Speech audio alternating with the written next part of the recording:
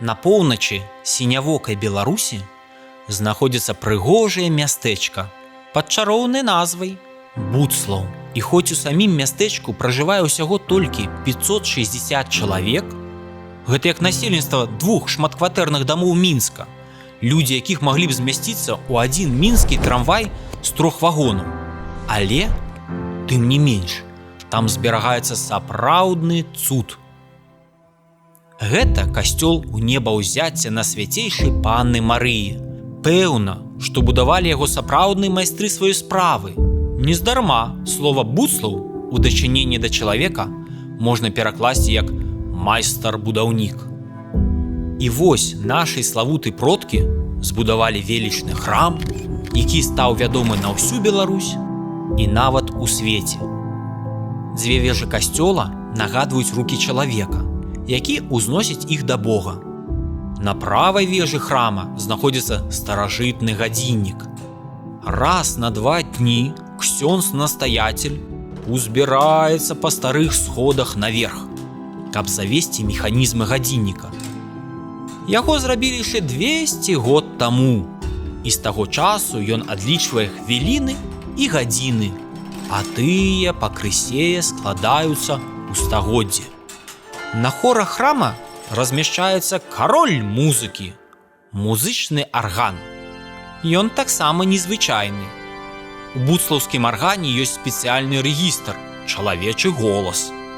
Калі грае арган, ствараецца ўражанне, што спявае цэлы хор. А сам арган такі вялікі, што ксёндз у жарт называе яго 2-пакаёвай кватэрай.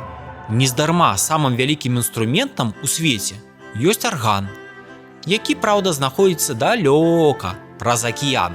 А яшчэ буцлаўскі касцёл – гэта рэкардсмен.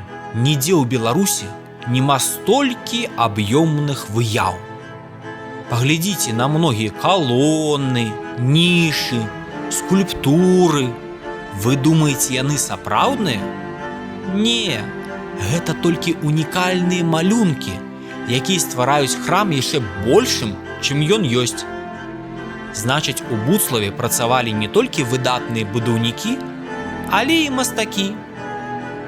А яшчэ у Буцлаве былі кнігары. Кнігі з буцлаўскага касцёла цяпер знаходзяцца ў галоўным алмазе краіны у Нацыянальнай бібліятэцы Беларусі. У 2021 годзе касцёл у Буцлаве напаткаў пажар, але храм уратавалі. Дапамагалі аднавіць святыню нават сапраўдныя альпіністы, які працавалі на самым версе. Як напамін пра тое здарэнне, запаленай медзі і згарэлых бэлек стварылі крыж. Бо нават кепскія здарэнні мы, хрысціяне, павінны перарабіць на добрае. Храм, верагодна, не раз зберагаўся дзякуючы цудатворнаму абразу Маці Божай, які і знаходзіцца ў святыні. Яму нават больш год, чым касцёлу, у якім ён размясціўся. Калісьці даўно, пасля сакраменту хросту, манахі і вернікі ўбачылі святло, у якім з'явілася Дзева Марыя з дзіцяткам, і з неба даносіўся голас.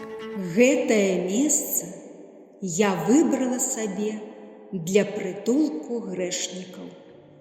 Ужо шмат стагоддзяў Маці Божая Буцлаўская дапамагае людзям, выпрошваючы у Бога патрэбныя ласкі. Кожны год, бліжэй да 2 ліпеня, у храм збіраюцца 1000 паломнікаў.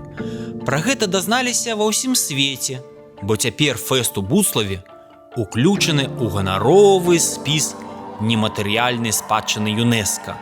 Быць можа, і вы з татамі і мамамі як-небудзь прыйдзеце ў Буцлаў. А можа, ўжо некаторыя з вас і хадзілі у першай пілігрымкі да каралевы Беларусі Маці Божай Буцлаўскай.